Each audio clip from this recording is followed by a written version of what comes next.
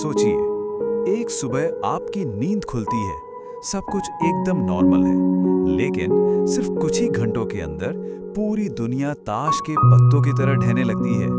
हर तरफ अफरा तफरी, गाड़ियां टकरा रही हैं और देखते ही देखते इंसान खूंखार मॉन्स्टर्स में बदल रहे हैं। ये कोई आम ज़ॉम्बी स्टोरी नहीं है, ये एक ग्लोबल नाइटमेयर है।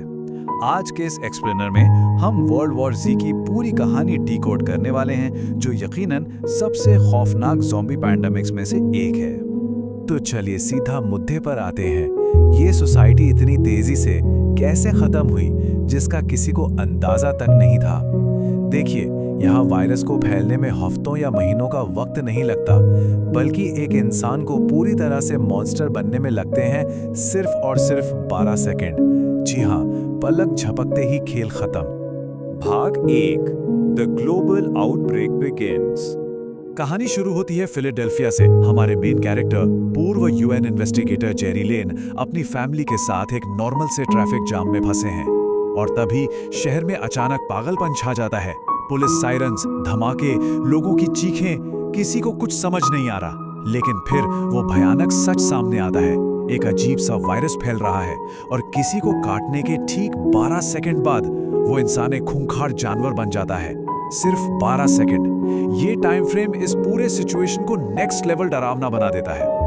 अब एक चीज जो इसे बाकी कहानियों से अलग बनाती है, वो हैं इसके ज़ॉम्बीज़। ये वो पुरानी फिल्मों वाले धीरे धीरे चलने वाले ज़ॉम्बी नहीं है, बिल्कुल नहीं। ये भागते हैं बहुत तेजी से, एकदम वाइल्ड एनिमल्स की तरह, बेहद अग्रेसिव। इनका बस एक ही मकसद है, किसी भी तरह हेल्दी इंसानों को काटना और इन्फेक्शन को और फैलाना। और इसी वजह से दुनिया भर की सरकारें और मिलिट्री कुछ ही मिनटों में पूरी तरह कोलैप्स हो जाती है। इतने भारी केओस के बीच जेरी और उसकी फैमिली किसी तरह बच निकलते हैं। पहले एक आरवी के जरिए, फिर एक अपार्टमेंट की छत से, और फाइनली मिलिट्री हेलीकॉप्टर से उनका रेस्क्यू होता है। उन्हें अटलांटिक ओशन में मौजूद यूएस नेवी के एक बहुत बड़े शिप पर ले जाया जाता है। कम से कम यहाँ पानी के बीच वो जमीन की इस तबाही से सुरक्षित हैं। भाग 2, सर्चिंग फॉर द ओरिजिन। अब इस शिप पर जेरी को एक बहुत ही खतरनाक मिशन दिया जाता है। उसे इस वायरस की शुरुआत यानी पेशेंट 0 का पता लगाना है, ताकि इंसानियत को बचाने के लिए कोई क्योर ढूंढा जा सके। अपने परिवार को सुरक्षित रखने के लिए वो मान जाता है और अपना पहला सुराग ढूंढने सीधा पहुंचता है साउथ कोरिया के एक डार्क और बारिश से भीगे मिलिट्री बेस पर, जहां कहा जाता है कि पहला आउटब्रेक हुआ था। खैर, इस बेस पर हालात बहुत खराब हैं, और तभी एक ऐसा मोमेंट आता है जो आगे चलकर पूरी कहानी बदल देता है। ज़ॉम्बीज़ अचानक बेस पर हमला कर देते हैं, गोलियां चल रही हैं, सैनिक मारे जा रहे हैं। लेकिन इसी अफरा तफरी में जेरी की नज़र एक बहुत ही क्रूशियल डिटेल पर पड़ती है। वो खूंखार ज़ॉम्बी एक बीमार, लंगड़ाते हुए सैनिक को पूरी तरह इग्नोर करके आगे निकल जाते हैं, जैसे वो वहाँ है ही नहीं। शुरुआत में तो इसका मतलब समझ नहीं आता, लेकिन ये सुराग बहुत अहम होने वाला है। भाग 3, द फॉल ऑफ यरूशलेम। इसके बाद जेरी इजराइल जाता है, क्योंकि इकलौता इजराइल ही ऐसा देश था जिसने वायरस की अफवाहें सुनते ही यरूशलेम के चारों ओर विशाल दीवारें खड़ी कर ली थी। लेकिन कैसे?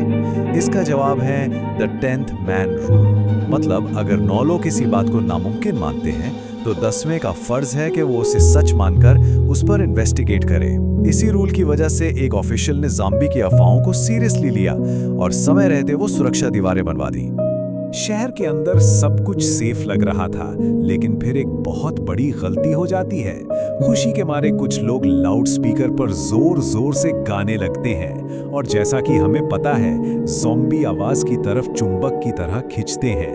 उस गाने के शोर ने बाहर मौजूद लाखों ज़ॉम्बीज को सच में पागल कर दिया। और इसके बाद जो सीन हमें देखने को मिलता है, वो ज़ॉम्बी हिस्ट्री के सबसे आइकॉनिक और डरावने सीन्स में से एक है। वो ज़ॉम्बी सचमुच एक दूसरे के ऊपर चींटियों की तरह चढ़ने लगते हैं और लाशों का एक भयानक पहाड़ बना लेते हैं। देखते ही देखते वो उस ऊंची दीवार को पार कर जाते हैं और शहर के अंदर सुनामी की तरह टूट पड़ते हैं। एकदम टोटल केओस। इस भागदौड़ में सेगन नाम की एक फीमेल सोल्जर के हाथ पर ज़ॉम्बी काट लेता है।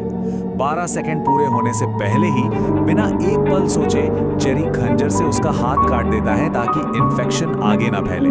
और ठीक उसी वक्त जेरी फिर से वही अजीब सी चीज नोटिस करता है। खूंखार ज़ॉम्बीज की वो पूरी भीड़ एक कमजोर और बीमार से लड़के को बिना छुए उसके पास से निकल जाती है। भाग 4 terror in the sky. Jerry और सेगन जान बचाकर किसी तरह वर्ल्ड हेल्थ ऑर्गेनाइजेशन यानी WHO की तरफ जाने वाले एक कमर्शियल प्लेन में चढ़ जाते हैं। लेकिन खतरा अभी टला नहीं है। आसमान के बीचों बीच प्लेन के अंदर एक पैसेंजर अचानक ज़ॉम्बी में बदल जाता है। अब सोचिए, एक बंद प्लेन का केबिन, भागने की कोई जगह नहीं और इन्फेक्शन पलक झपकते ही फैल रहा है। कुछ ही सेकंड में पूरा प्लेन एक हॉरर शो बन जाता है। इस इम्पॉसिबल सिचुएशन में जेरी एक बहुत ही डेस्परेट और खतरनाक मूव लेता है। वो प्लेन के अंदर ही एक हैंड ग्रेनेड फेंक देता है। जोरदार धमाका होता है, प्लेन में छेद हो जाता है जिससे ज़ॉम्बी तो हवा में बाहर खींच जाते हैं, लेकिन जाहिर है प्लेन क्रैश हो जाता है बहुत ही भयानक तरीके से। भाग 5 ए डेंजरस साइंटिफिक डिस्कवरी। किस्मत से जेरी और सैगन इस क्रैश में सरवाइव कर जाते हैं और फाइनली वेल्स की WHO फैसिलिटी तक पहुंच जाते हैं। यहाँ आकर जेरी फाइनली डॉट्स कनेक्ट करता है। साउथ कोरिया का बीमार सैनिक और इजराइल का वो बीमार लड़का। ज़ॉम्बीज ने उन्हें क्यों छोड़ा? क्योंकि ये वायरस सिर्फ और सिर्फ हेल्दी होस्ट्स यानी स्वस्थ इंसानों की तलाश में रहता है। वो बीमार या कमजोर लोगों को इन्फेक्शन के लायक ही नहीं समझता। और यहीं से जेरी को एक बहुत ही डेंजरस लेकिन ब्रिलियंट आइडिया आता है, कैमोफ्लाज। मतलब अगर इंसान खुद को किसी ऐसी जानलेवा बीमारी से इन्फेक्ट कर लें जिसका बाद में इलाज हो सके, तो ज़ॉम्बी उन्हें इग्नोर कर देंगे। वो ज़ॉम्बी वायरस के लिए पूरी तरह से इनविजिबल हो जाएंगे। लेकिन कहानी में एक बहुत बड़ा ट्विस्ट है। जो वायरस सैंपल्स इस कैमोफ्लाज के लिए चाहिए, वो बिल्डिंग के उस हिस्से में रखे हैं जहां 80 से भी ज्यादा साइंटिस्ट ज़ॉम्बी बनकर घूम रहे हैं। जेरी को अकेले ही उस लैब में जाना होगा और वहां हल्की सी भी आवाज का मतलब है सीधा मौत।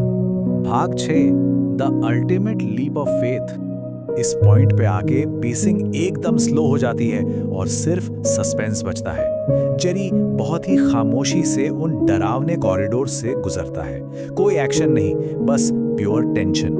वो किसी तरह वॉर्ड तक पहुंचकर वायरस तो निकाल लेता है, लेकिन तभी एक ज़ॉम्बी बाहर दरवाजे पर आकर खड़ा हो जाता है। अब निकलने का कोई रास्ता नहीं बचा है। अब हम आते हैं इस कहानी के सबसे एपिक क्लाइमैक्स पर। बिना ये जाने कि वो कौन सी बीमारी है, जेरी वो वायरस खुद को इंजेक्ट कर लेता है। वो थोड़ा इंतजार करता है और फिर निडर होकर दरवाजा खोल देता है। वो सीधा उस खूंखार मॉन्स्टर के आमने सामने खड़ा है। ये वो पल है जहां वाकई सांसें अटक जाती हैं। और फिर वो ज़ॉम्बी जेरी के पास आता है, उसे सूंघता है और पूरी तरह इग्नोर करके आगे बढ़ जाता है। कैमोफ्लाज ने काम कर दिया। इंसानियत के पास अब छिपने और सरवाइव करने का एक तरीका है। ये कोई परमानेंट इलाज नहीं है, लेकिन इसने हमें लड़ने का एक मौका जरूर दे दिया है। खैर, अब सबसे बड़ा सवाल ये उठता है कि अब जब हमारे पास ये कैमोफ्लाज है, तो इंसानियत इस पूरी दुनिया में फैले ज़ॉम्बी से ये जंग आखिर जीतेगी कैसे? क्या ये इतना आसान होगा? सोचने वाली बात है।